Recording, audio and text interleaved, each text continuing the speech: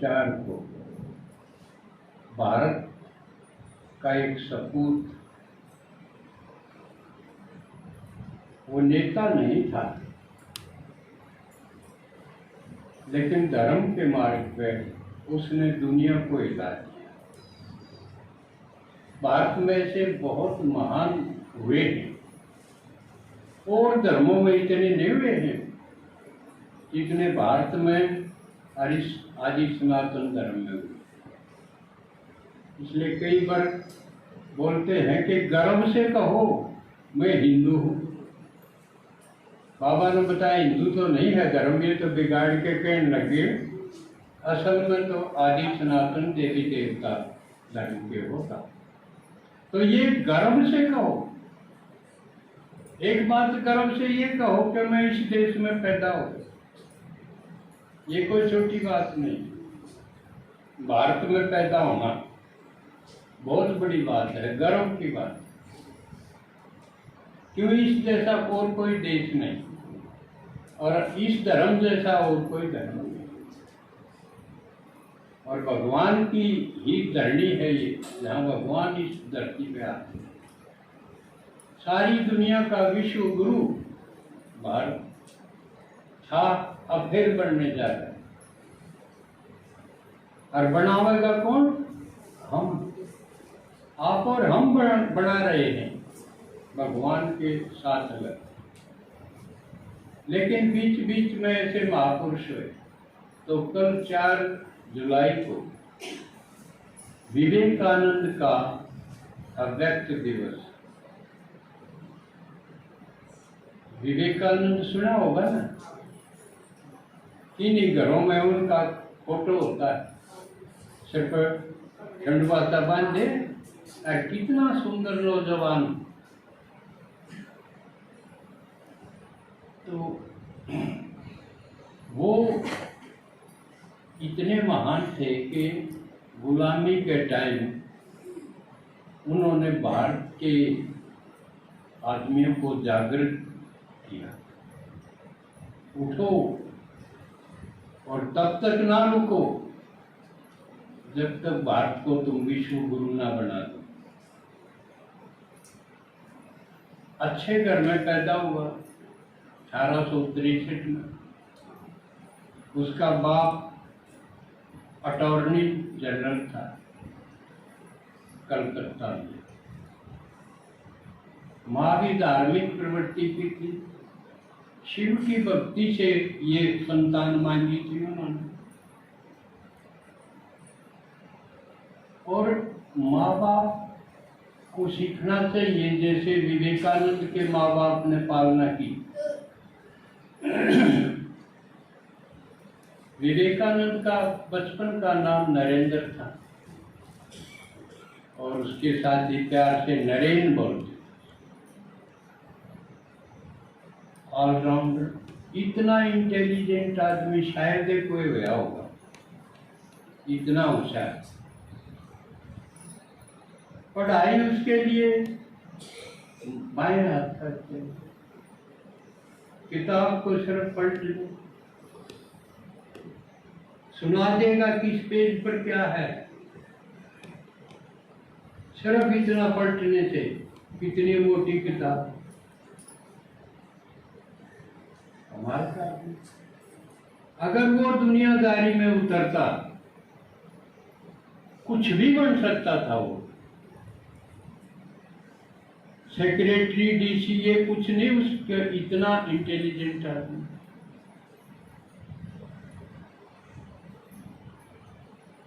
और छोटा बच्चा था, बाहर अड़ोस पड़ोस के बच्चों से कुछ बात सीखा, मान लिया गलत बात भी सीखा है, उसको ज्ञान नहीं था ये क्या, इसका मतलब क्यों। छोटे बच्चों को क्या ज्ञान हो, कई बार कुसंगति के कारण वो सीखा हो, गाली दे रहे हो वो पकड़ दे। घर अगर सुन ली माँ बाप उस दिन खाना बंद कर देते। इतने कॉन्शियस, इतने सतर्क चौकन्ने, हमारा बच्चा ने ऐसी बात कैसे बोली। जरूर हमारी कोई गलती हुई होगी, अपने ऊपर नहीं। हमारी पालना में कोई कसर नहीं है, जो बीच नहीं हो, ऐसा सीखा। उस दिन वो उपवास करते थे। आज इतनी बड़ी बात होगी घर में, बच्चे ने ऐसा कर दिया तो जरूर कोई कसर है। हम उपवास करके अपने आप को देखेंगे क्या हुआ। पालना का ये तरीका है कि बच्चे पर इतना टेंशन रखो, उसकी हर गतिविधि अगर लापरवाही हो जाए, थोड़े वर्षों के बाद वो बात पानी ऊपर तो चला जाए, फिर बस की बात नहीं। तो विवेकानंद के पेरेंट्स से ये सीखने की बात है कि बच्चों की पालना कैसे करनी चाहिए।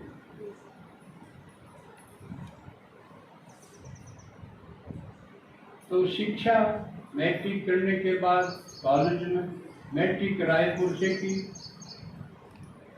तो 1 साल के लिए वहाँ रहे, फिर वापस कलकत्ता आ गए और वहाँ कॉलेज में पढ़े।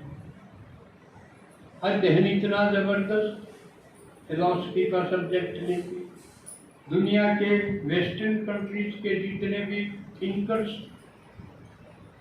विचारक थे, उन सबको वोट के पी लिया।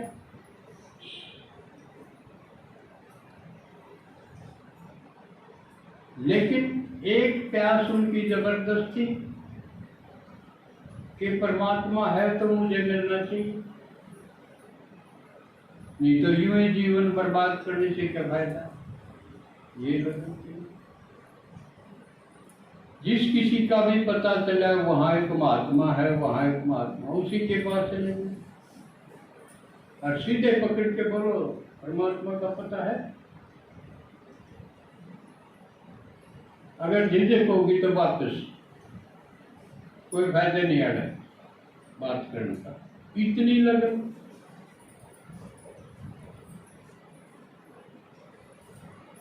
आखिर चलते चलते पता चला एक विचित्र प्रकार का संत है,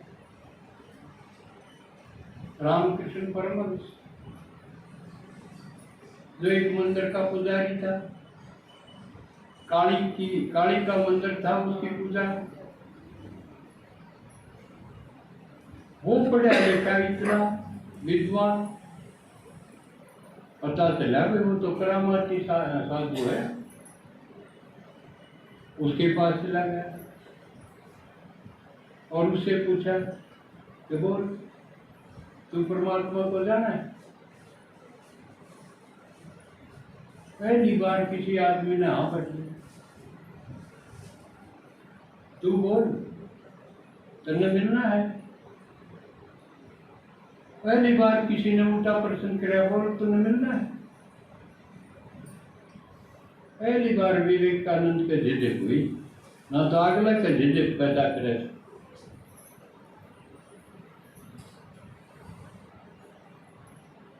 हाँ हाँ करती मैंने मिलना। एक बार सिर का हाथ लाया, मस्तक का हाथ लाया,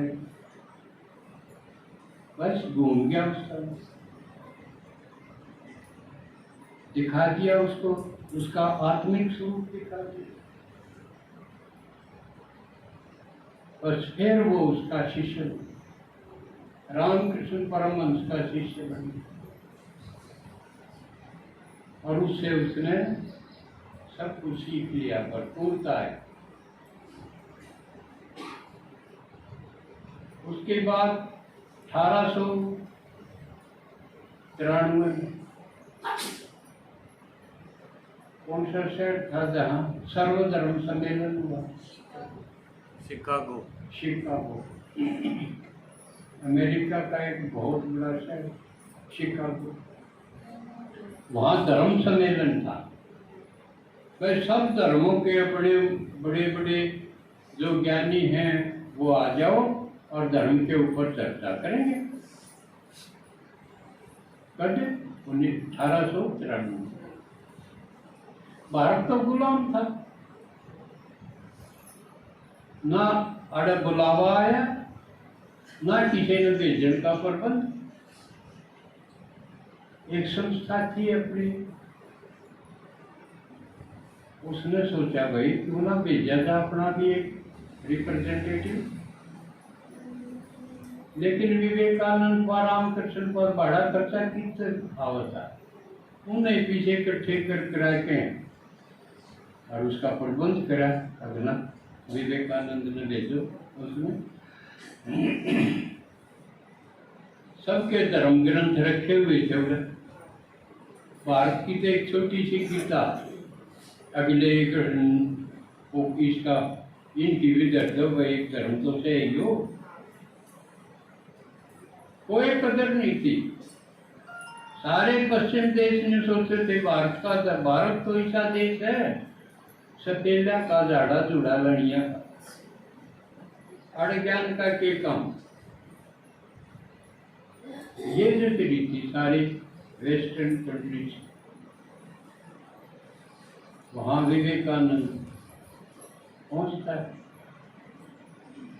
अब उसको ड्रेस वगैरह की कोई चिंता होती नहीं, सन्यासी था। पहले तो मुझे आकर्षण लगा, वो सारे अपने अप टू डेट कपड़ा में वो अपना भगवान लपेटी, एक कड़ा लपेट लिया और ऊपर डाल दिया। तेज थाई, आकर्षक थाई, सबका ध्यान उसकी तरफ। जवान था, लड़का ही तो था, 37 साल का तो वो चलाया गया दुनिया से।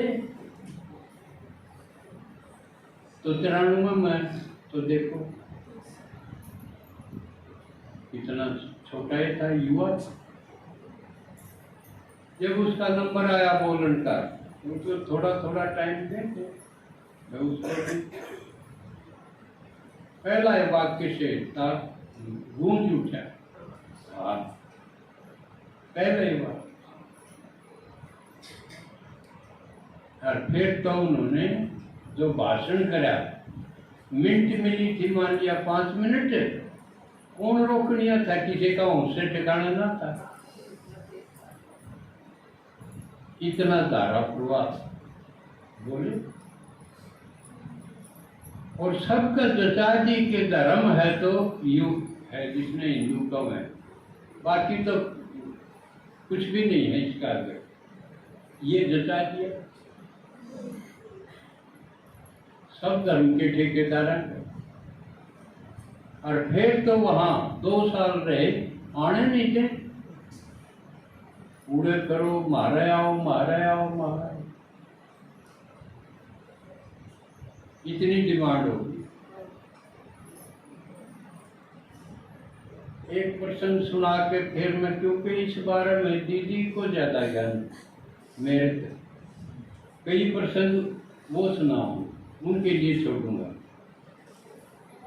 एक प्रसंग सुना के कि विवेकानंद को कितना ज्ञान था। त्रिकालदर्शी की स्टेज थी उनकी, तो बाबा का है ना, त्रिकालदर्शी तुम हो। अब तो हमने पता है पहले क्या थे, अब क्या है, आगे क्या होंगे, तीनों कालों का पता। एक आदमी विवेकानंद का आगे बैठ के ने बोला, आप मेरे गुरु, मैंने कितनी बार सपने में देखो हो। विवेकानंद नाट गया कि मैं तेरा गुरु नहीं हूं। हाँ, मेरी शक्ल सूरत जैसा तेरा गुरु है, लेकिन वो 50 साल पाछा आओगा तेरे दौर। देखो 50 साल बाद तेरे से आके मिलेगा वो तेरा गुरु, और वो बात सत्य हुई। उसके बाद कौन था उसका गुरु? योगानंद। कई बार देखा होगा आपने, योगानंद की विवेकानंद की शक्ल मिला। जब विवेकानंद वो योगानंद भारत से गया और वो भूल गया था उस बात में, विवेकानंद बताया था तेरा गुरु आओगा तो न चांदी का गिलास देगा, गिफ्ट में यह भी बता दी थी। और तेरा गुरु वो है, वो मिलेगा जो तुम्हें चांदी का गिलास देगा। तो योगानंद पश्चिम में गया प्रचार के लिए, तो एक बार जाके वापस भारत आके फिर गया, जब अपने चेला खातर शिष्या खातर कुछ न कुछ गिफ्ट लेके गया। उसमें एक चांदी का गिलास भी था। इतना वो आदमी बूढ़ा हो गया, मान लिया 20 साल का भी हो और 50 साल बाद जाओ तो 70 साल का हो गया। और जब उसने वो चांदी का गिलास दिया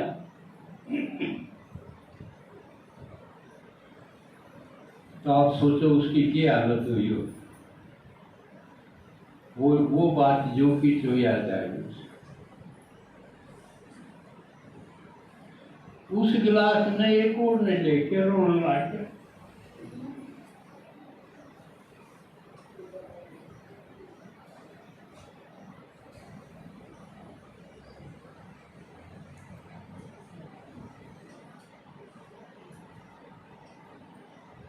वापस आया तो एक लड़की जिसका नाम सिस्टर निवेदिता,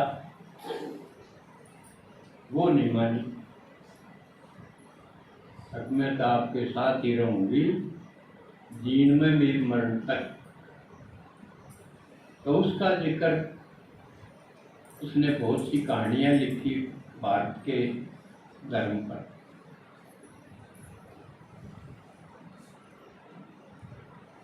तो बाकी इस बारे में दीदी सुनाऊंगी। मैं यही समापन करता हूँ। ओम शांति।